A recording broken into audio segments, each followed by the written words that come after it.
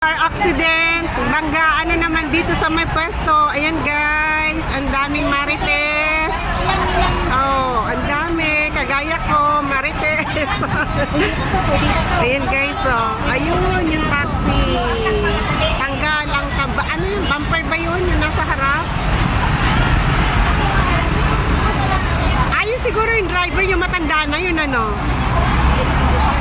Driver nung isa, nung kotse na black. Ano yung kotse? Andun sa gilid.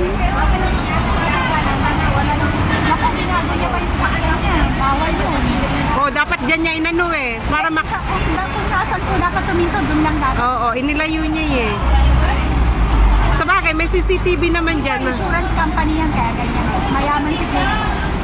Sasagutin niya yung pagkagano. Okay, nausap niya na nga yung ano eh, matanda. Buti wala sakay yung taxi. May sakay ba? Red light siya eh. Nandito na siya kanina eh. Dapat ano eh.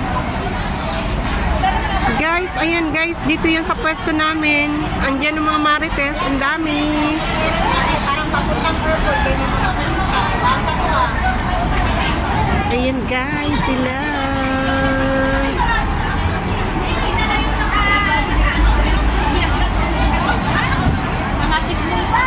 Ang dami marites. Ayan guys, ayan guys. Ang dami. Bye na guys. At nagkakagulo na dito. Kawawa naman si Manong Taxi. Ayan ka na, tumating yung pulis. Oo nga. Padating na yun. Tumawag na ako. Sabay ganun ano.